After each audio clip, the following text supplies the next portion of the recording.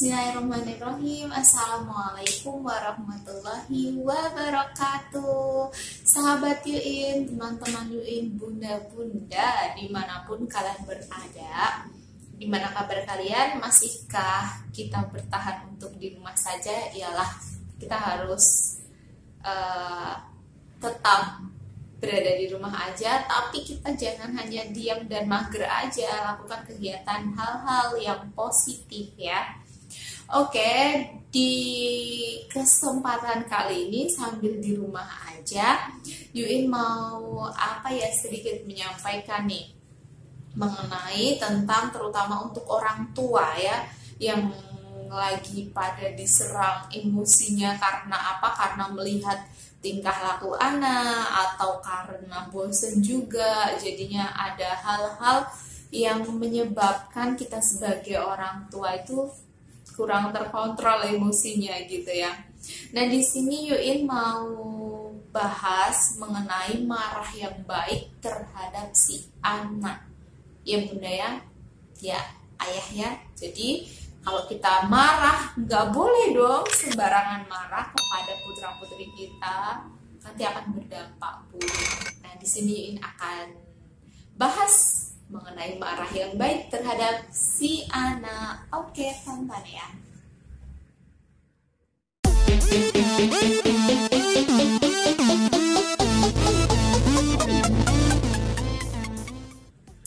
Oke, bunda-bunda, ayah, dimanapun kalian berada, yang sabar ya. Iya, manakala kita lagi marah kan apa perkataan yang pas itu adalah yang sabar ya gitu. Kenapa kok kita harus menggunakan cara marah yang baik gitu ya? Itu kan marah ya tinggal marah aja, jangan seperti itu loh. Karena itu dampaknya besar sekali terhadap si anak. Nanti bahaya dan itu akan berimbas tidak di singkat cerita aja, tapi itu adalah berkepanjangan yang mana menyebabkan negatif pada anak itu sendiri gitu ya. Oke, yang pertama di sini seandainya kita lagi marah dengan si anak, jangan sekali-kali kita main fisik. Kekerasan fisik ya, jangan sekali-kali kita entah itu hanya mencubit, entah itu hanya nyeblek gitu ya. Itu hanya kepuasan kita sesaat, tapi dampaknya wow, luar biasa negatif karena itu sendiri. Apa sih Yuin dampaknya ketika kita kan cuma cubit sedikit gitu, yang penting dia merasa nangis atau menyesali perbuatannya karena tingkah lakunya gitu ya. Nggak gitu, dampaknya itu gede banget. Di sini anak akan merasa dirinya itu tidak berharga di hadapan orang tuanya, jadi dia itu tidak merasa terlindungi. Justru kan anak seharusnya adanya orang tua, dia merasa nyaman ya, adanya rasa nyaman, dia merasa terlindungi, terayomi gitu ya. Tapi di sini justru anak merasa terancam. Justru anak merasa orang tua aku nggak melindungi, aku nggak nyaman bersama orang tua. Itu kan parah sekali ya. Siapa yang harus melindungi anak kita? Ya kita sebagai orang tua dong, masa orang lain? Itu kan amanah untuk kita gitu loh. Kemudian dampak buruk lainnya yaitu anak akan hancur percaya dirinya. Jadi kepercayaan diri si anak ini akan hilang. Jadi jangan salahkan dong manakala nanti dia sudah masuk sekolah, dia menjadi orang yang penakut, kepercayaan dirinya kurang gitu.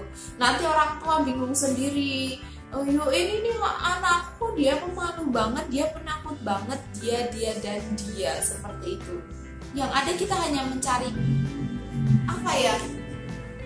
ini sebabnya apa? Padahal itu adalah sebab dasar yang mana kita tidak sadari. Anaknya balita sudah kita perlakukan kekerasan fisik. Di situ anak akan goyah, akan goncang, kepercayaan dirinya akan hancur. Karena apa? Aku tuh nggak berharga loh, aku tuh nggak ada artinya. Nah, rasa-rasa yang seperti itu adalah rasa yang mengurangi kepercayaan dirinya, yang mana itu nanti jangka panjangnya baru terasa gitu. Oke, jadi jangan sekali-kali apabila kita sedang marah dengan anak atau marah dengan yang lainnya, kemudian anak menjadi imbasnya, jangan sekali-kali kita main kekerasan fisik. Stop, kita ikat ini tangan, kita ikat ini kaki, jangan sampai kita menyakitinya gara-gara marahnya kita gitu loh. Entah itu ulah dia, ya tahan, kita berusaha nahan, janganlah main fisik gitu. Oke, itu adalah marah yang baik. Kemudian kita lanjut nih, untuk marah yang baik yang kedua yang gimana ya? Jangan kita marah menggunakan kata-kata sifat atau karakter. Lagi nih marah emosi. Dasar nih ya anak bla bla bla. Dasar nih ya anak nanana. Dasar nih ya anak seperti itu. Jangan kita menggunakan kata-kata yang negatif atau kata sifat yang kurang baik.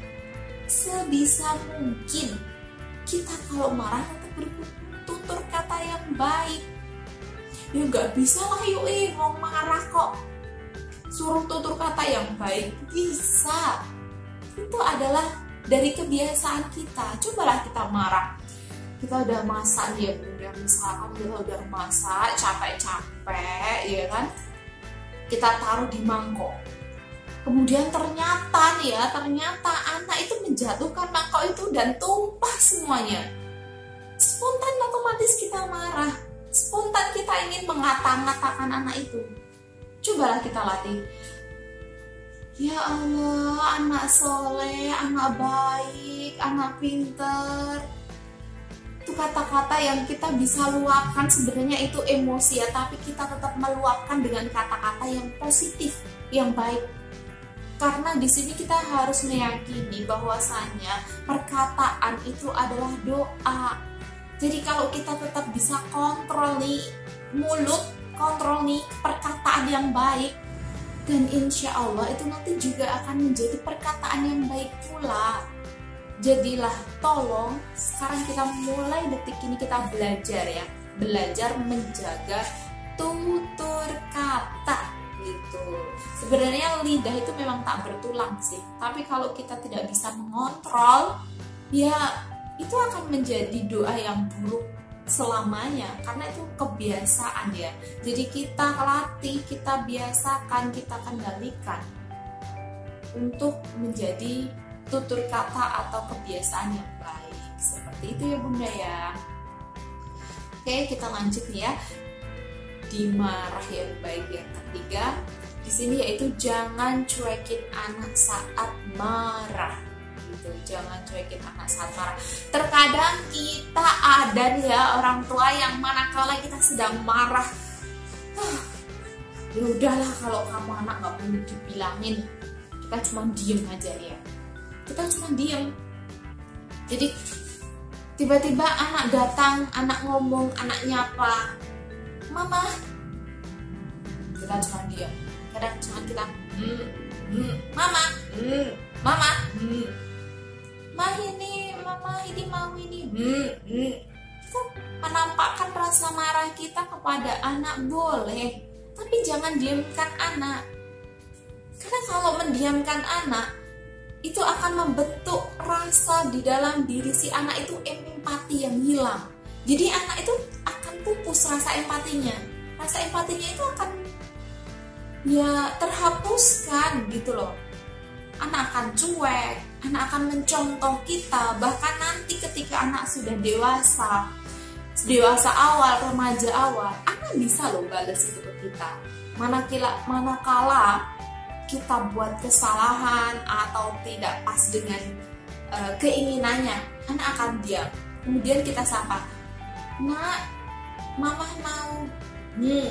Anak akan diam. Anak akan menunjukkan rasa marahnya sama dengan rasa ketika dulu kita marah pada si anak itu sendiri. Seperti itu bunda. Jadi tolonglah kita kontrol. Marah itu perlu kok kita kontrol, dan kita juga harus bisa kontrol untuk marah yang baik itu yang seperti apa gitu loh. Karena apa? Karena itu emosi yang keluar dari jiwa kita, dari diri kita, yang mana perlu kita tata juga. Tidak seenak-enaknya, ya aku lagi emosi ya sesuka hatiku dong. Jangan, karena itu akan membentuk kebiasaan kalian, akan membentuk kebiasaan kita, yang mana nanti kalau seandainya kita sampai marah itu akan selalu seperti itu dan menjadi rutinitas kita. Kalau marah ya akan buruk seperti itu. Oke, jadi seperti itu dan seperti itu kita akan coba untuk marah yang baik terhadap putra putri kita. Apalagi lagi di rumah aja nih ya, yang pastinya sering dong marah-marah, kurang ini kurang itu, berantakan dikit, gak mau belajar atau apa. Oke bunda, jadi kita atur marah kita kontrol marah kita. Jadi jangan sampai emosi kita menjadikan sebab daripada hancurnya masa depan putra putri kita.